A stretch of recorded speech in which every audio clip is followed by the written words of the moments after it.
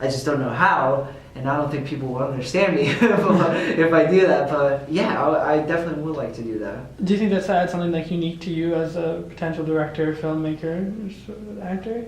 That you're Croatian? I think, yeah, definitely. Especially if I just end up becoming like a documentary filmmaker, I definitely would like to make Croatia a topic. Definitely. You seem really well like versed in Croatian stuff, even though you moved here when you were 6. Did your parents continue to like tell you about like Croatian history and stuff and things that were going on? Oh, we spoke Croatian. We still speak Croatian in our house. Mm-hmm. So, and like, again, it's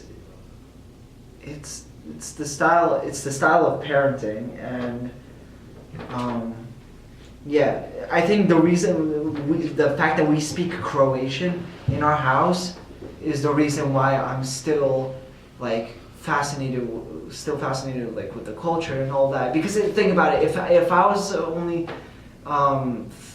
3 years old or something, and then I moved to America, and then my parents just spoke English, I wouldn't remember anything or think about anything Croatian.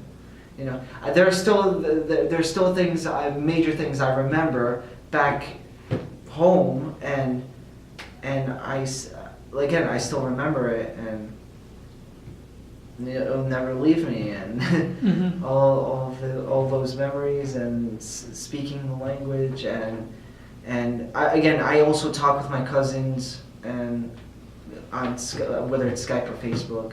So we keep in contact even though we're like thousands of miles away, and yeah, I still believe that I'm Croatian. Why do you think it's important to have this sort of connection to your heritage? I mean, I know people that have moved here, like their families came here from like South America or Mexico or something, and they don't even speak Spanish because their families moved and then they had the kids, and the kids never learned Spanish. Why do you think it's so important that we hold on to our languages and our culture? Because it's better than just having just one language, or just focusing on one culture, and especially because my parents constantly emphasize this. It's like you were born there, you grew up there for most of some part of your childhood. So why would you just let it go? I mean, I'm lucky that my parents still take a grasp of that culture, and like, I don't know how to say it, but like, it's, again, I'm just really fascinated with stuff. Have you met other Croatian families that have moved here? Are you friends Yeah, with? definitely. Is it like a Croatian underground network of?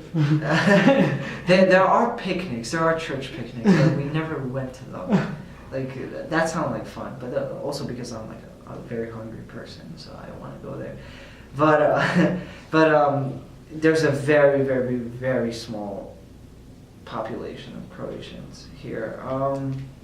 Even though there's like a ton of them in New York, or a ton of them in like California. Again, we're in New Jersey. It's very small.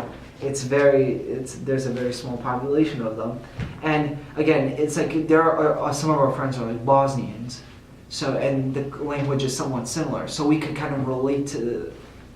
We could still speak the language together and kind of understand where we're coming from.